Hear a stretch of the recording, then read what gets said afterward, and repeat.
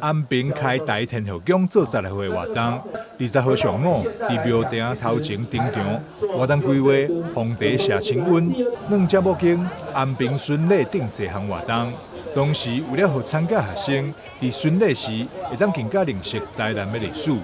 庙方特别安排一位导览老师带队解说，并邀请李青山老师担任导览团的总顾问。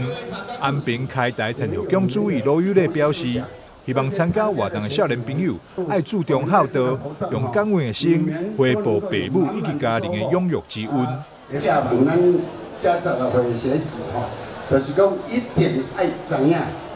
怎么样去弘扬你们那个应该有的这个孝道？咱的父母亲、咱的祖父母，拢给恁起啊早，您已经长大成人，能够独立的这个阶段，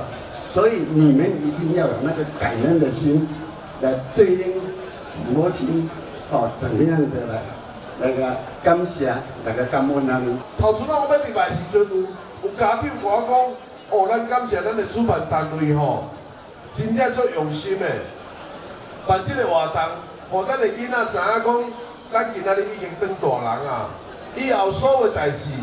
拢是爱由咱家己来承受，所以足感谢着庙方啊。参加这次做10来回少年朋友内底，有2位新众朋友报名，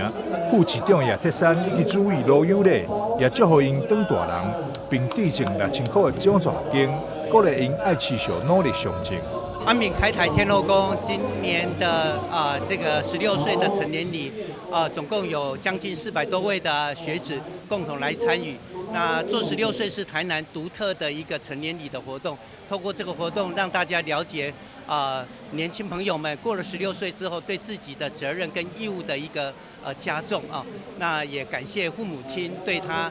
这么长久以来的一个照顾啊，所以透过天后宫的这样子的一个办理，其实让整个16岁的活动更加的具有意义。那透过很多的宗教仪礼的部分，那也让大家认识台湾历史的开源安平这个历史。那今年也特别搭配了让他们搭船可以航向成功，穿越福尔摩沙，也希望他们未来的大志可以朝向一个全球去做发展。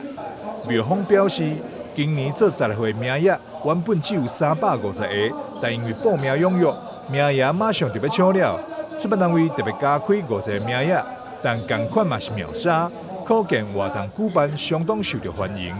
记者张世伟采访报道。